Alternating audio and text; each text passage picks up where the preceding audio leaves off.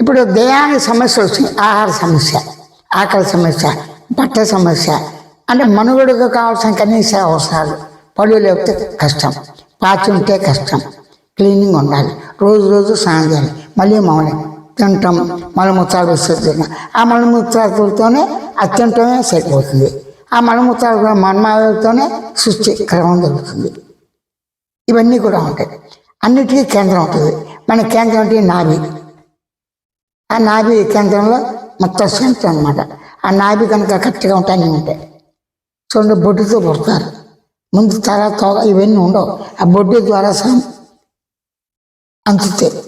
తల్లి తిన్నది అతుకుగా ఉంటుంది. ఇది అల్లేరు.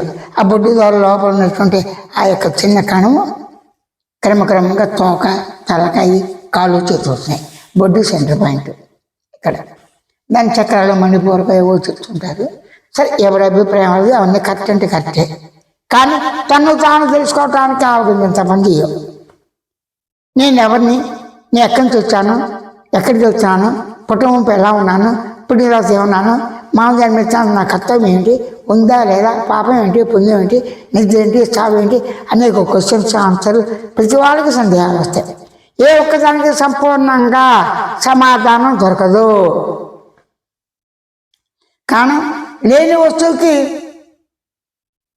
ప్రశ్న లేదు, ఉన్నదానికి అనుభవం ఉండాలి. లేని వస్తువు అంటే అనుభవం లేని దేవుందో చెప్పు, కుదరదు. నిద్ర అనుభవం ఉంది, నిద్ర మూలాన్ని వెతుకుతావా? వెతకాలంటే నిద్రలో నువ్వు లేవుగా. నిద్రలో నువ్వు లేవు, నిద్రపోయి వచ్చి మూలాన్ని వెతుకుతావా? అసంభవం. కళలు, ఆ కళ కంటే ఎప్పుడు కళ స్టార్ట్ అయింది, ఎప్పుడు ఎండింగ్ అవుతుంది, రోజు ఒకే కళ వస్తుందా అన్ని జ్ఞాపకం ఉంటే ఉండదు. మెలకులు అనుబంధాలు ఎలా వచ్చినాయి? నిద్రాకాల మెలకు సంబంధం, తోడు నీడ, భార్యాభర్త, తల్లిదండ్రి, పొరుగు వారు, ఈ జీవజంతువులు, ఈ ప్రకృతి, ఈ సంబంధాలు మనం కోరుకోలేదు కదా, ఉన్న అన్ని పెంచుకోలేం కదా. కాబట్టి ఇవన్నీ సంబంధ భావనలు వెళ్తాం మనం ఉన్నాం.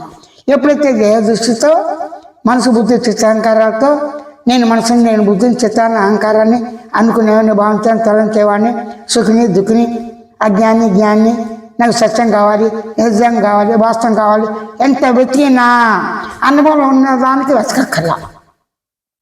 అనుభవం లేదు అంటే లేదు అన్నవాడు ఉండాలిగా సాక్షి. తాను నేను ఉన్నాను ఎరుకతో, సాక్షిగా, తెలుగుతో, అంటే సామాన్య తెలుగుతో, సామాన్య ఎరుకతో, సామాన్య స్పృహతో, సామాన్య సాక్షి చైతన్యంతో నేను ఉన్నాను అనుకునేవాడుగా, భావించే తలంచేవాడుగా నేను ఉన్నాను. అది నువ్వు ఎలా ఉన్నావు? నాకు నేనే స్వయంగా, స్వయం దేహంతో కూర్చోటం, నుంచోటం, గంటడం, డ్యాన్సులు కడతాం, ఆట పాట, చెడు పిడికి బుర్తవుతాడు, అంతే కదా. ఇది అన్నాలు చేస్తావు, ఓ దాన్ని పట్టుకుంటే జీవితాంతరం పట్టుకోవాలి, అది కుదరదు. ఎలాగో డ్యాన్స్ పుట్టుకుంటాడు, ఓ రోజు చేస్తాడు, 2 రోజులు 3 రోజులు చేస్తే కింద పట్టుకుడిపోతాడు, పరిగెత్తుడు లేదు. ఓ చోట కూర్చుంటాడు, 1 గంట 2 గంటలు 3 గంటలు, ఊరు వెళ్తావు, కాసేపు ఉంటావు, మళ్ళీ వస్తావు. మరి నిద్రలో ఎవరు రారుగా, డిస్టర్బ్ ఉండదుగా, మళ్ళీ నిద్రలో ఉండలేవుగా, మళ్ళీ వస్తావు. కళ్ళతో ఉంటావా? ఉండవు. మెలకు ఉండవు. అంటే 3 అవస్థలు కూడా నీ ఎందు వచ్చి పుట్టి పెరిగి కూర్చున్నాయి. నీకున్న తెలుగులోనే ఈ సర్వం వచ్చిపోతుంది. వచ్చిపోయేది సత్యం కాదు, అసత్యం. వచ్చిపోయేది నిశ్చలంగా ఉండదు, వచ్చిపోయేది కాబట్టి మిథ్య, అసలు పట్టలేదు. పందికి పుత్తులు లేని విధంగా, ఆకాశంలో పుష్పం లేని విధంగా, కుందేలు కొమ్ము లేని విధంగా, చీకట్లో చెట్టు ముద్దు అనుకునే విధంగా భ్రాంతి. ఎండమూలు వచ్చండి, దూరంగా ఉంటే నీరు చూస్తే ఎలా ఉంటుంది? నీళ్ళగా ఉంటుంది, అక్కడ నీరు ఉండదు. అలాగే ముచ్చపు చెప్పుని చూస్తే ఎలా? వెండిలాగా భ్రాంతి. అది ఏమన్నారు వీళ్ళు? దేహం వచ్చిపోతుంది, కళ్ళు వచ్చిపోతున్నాయి, నిద్ర వచ్చిపోతున్నాయి, అనుకునేవాడు వచ్చిపోతున్నాడు. ఇవన్నీ లేనప్పుడు ఇవన్నీ వచ్చిపోతున్నాయి కాబట్టి ఇది కాకుండా ఏదో ఉండాలి. అదే భగవంతుడిని కొందరు అనుభవంతో చెప్పారు. అనుభవంతో కాదు ప్రకృతి అన్నారు, కొంతమంది 2 అంటారు. ఎవరి అభిప్రాయం అది. ఈ వ్యక్తిగత అభిప్రాయాలు అందరూ సమాజపరంగా విశ్వజనీయమైంది కాదు, అంటే విశ్వానికి అంగీకారం కాదు. మానంతర్జం నిర్వివాదాంశం. పుట్టిన వాళ్ళందరం బతిగా ఉన్నాం, దీనికి వాదాలక. నేను పురుషుడిని, నేను చంద్రుడిని, నేను స్త్రీని, దీనిక. నేను నల్లగా ఉన్నాను, పుట్టిగా ఉన్నాను, ఎర్రగా ఉన్నాను, తెల్లగా ఉన్నాను, నీ అనుభవానికి ఇంకొకరితో పోల్చుకోకలేదుగా. నేనున్నానే శబ్దాన్ని ఇంకో శబ్దం లేదు.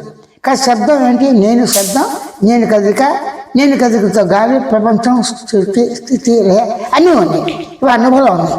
అనుభవం ఉన్న వాటికి యామై, నేను ఎవరిని, నేను ఎక్కడి నుంచి వచ్చాను, ఎక్కడ వస్తాను, చనిపోయిన తర్వాత ఎక్కడికి వెళ్తాను, ఏ దేశం వెళ్తాను, ఏ కాలం ఉంటాను, ఏ లోకంలో ఉంటాను, మళ్ళీ ఎలా వస్తాను, జన్మ ఉందా లేదా, ఇలాంటి ప్రశ్నలు మానవుడికి మాత్రమే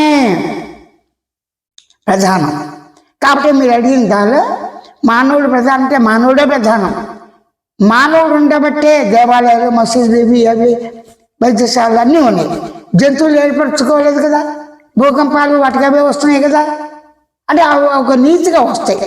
వర్షాకాలం, ఎండాకాలం, శీతాకాలం ఆ ఋతువులు మార్చుకుంటూ ఉంటాయి. వాటికి ఒక నీతి ఉంది, నిబద్ధత ఉంది. మానవుడికి మాత్రం లేదు.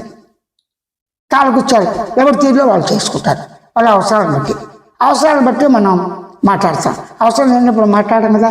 నేనున్నాను అంటానికి శాస్త్ర జ్ఞానం కావాలా? అక్కర్లేదు.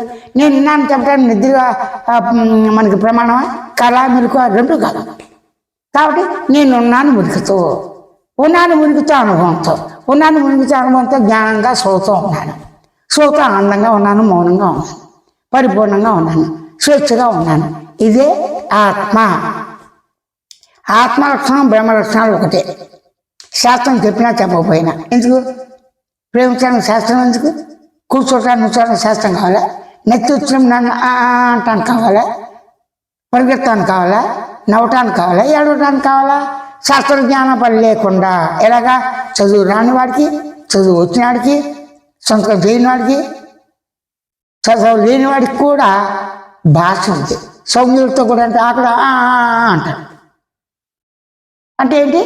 మానవుడు కుంటాడైనా, గుడ్డాడైనా, పక్షాత్ రోగి అయినా, అందగాడైనా, నల్లగా ఉన్నా, ఎర్రగా ఉన్నా, తెల్లగా ఉన్నా మానవ జాతి కింద లెక్క. మానవ జాతితో కలుస్తారా? జంతువులతో పోల్చుకుంటాడా? అవసరం లేదు. ఇక్కడ జంతువులు అవసరమే, పాలు కావాలి, తల్లి పాలు ఉన్నాయి కదా, ఆ పాలను ప్రకృతి ఉండాలి కదా. ఇక్కడ సమస్త జీవరాశులు, వృక్షం, అన్ని రకాల క్రిమి కీటకాదులు, అన్ని రకాల పక్షులు, జంతువులతో కూడి మానవుడు ఉన్నాడు. ఒకేసారి సృష్టి వచ్చిందా? అందరూ వచ్చారా? ఈ క్వశ్చన్స్ అనవసరం. వీటి మూలాలు ఎత్తుకున్నాం. సూర్యుడికి దిగి మూలం ఎత్తి బలానా ఏవో కలిస్తే ఇలాగ వచ్చిందని చెప్పగలవా? చంద్రులో భూమి లోపలికి వెళ్ళగలవా? నిద్రలోకి వెళ్ళి మళ్ళీ ఎలా వచ్చావు?